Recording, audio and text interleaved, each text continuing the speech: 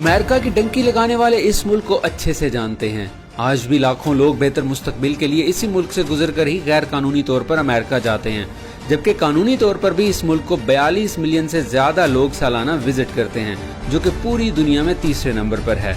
ये है मैक्सिको। इस मुल्क की अपनी आबादी 128 मिलियन से ज्यादा है और डंकी लगाने के लिए इसी मुल्क का इंतखाब किया जाता है। और दूसरा, 82% से जायद ये मुल्क खाली है। मुल्क की 51% से जायद आबादी इस रंगीन हिस्से में रहती है। इस हिस्से में आबादी का रश मुल्क के बाकी हिस्सों से 5 गुना ज्यादा है। ये मुल्क इतना खाली क्यों है और लोग क्यों डंकी के लिए इस मुल्क का इंतखाब करते हैं, आए आपको बताते हैं। इस मुल्क के खाली होने की 3-4 वजूहात हैं।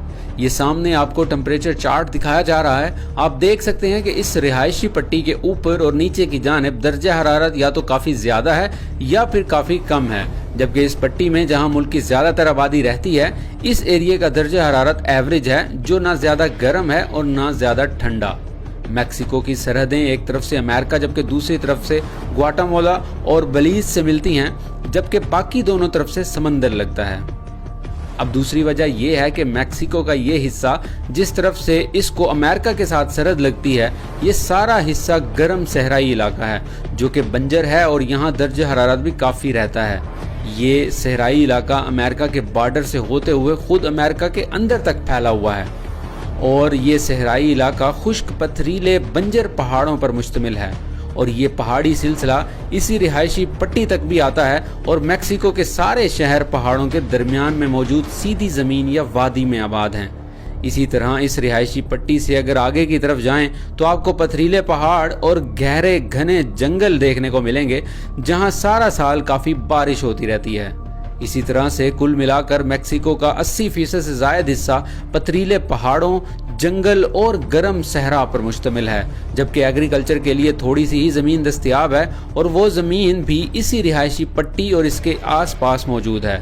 जितनी भी ज़मीन एग्रीकल्चर के लिए है वो काफ़ी ज़रखेज़ है, क्योंकि इस एरिया में आतिशफिशां पहाड़ मौजूद हैं जो कि एक्टिव भी हैं। जब ये पहाड़ अपने अंदर से लावा बाहर निकालते हैं तो पहाड़ के अंदर मौजूद काफ़ी मिनरल्स भी इस ज़मीन का हिस्सा बन जाते हैं, जिससे ज़मीन और ज़रखेज़ हो जाती है। मौसम की सख्ती, गर्म तरीन सहरा, बंजर पथरीले पहाड़ और हुकूमत की अदम तवज्जो और डेवलपमेंट ना होने की वजह से मुल्क के बाकी इलाके इतने ज़्यादा आबाद नहीं हैं।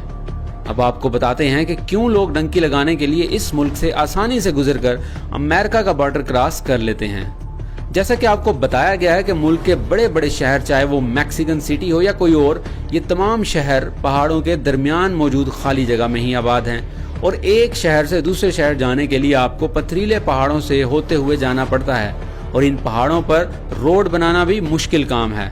शहरों के दरमियान रोड बनी तो हुई है, मगर पथरीले रस्तों की वजह से ख़राब भी रहती है। इसी वजह से शहरों के दरमियान लॉ एंड ऑर्डर को एक जैसा अप्लाई करना खासा दुश्वारी का काम लगता है। लोगों ने हर शहर में गैंग या ग्रुप्स बनाए हुए हैं और बाकी मुल्कों से इल्लीगल वेपन या नशा आवर चीज़ें आसानी से मैक्सिको से होती हुई स्मगल होकर अमेरिका के बॉर्डर और फिर अमेरिका में पहुंच जाती हैं। और इन सब के पीछे दूसरी सबसे बड़ी वजह करप्शन भी है।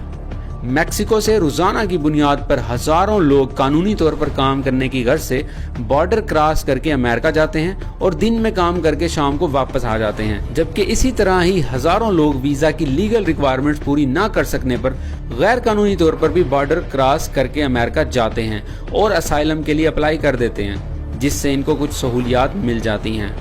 मैक्सिको की मिसाल भी अफगानिस्तान की तरह ही है। अफगानिस्तान भी 75% के करीब पथरीले पहाड़ों से ढका हुआ है।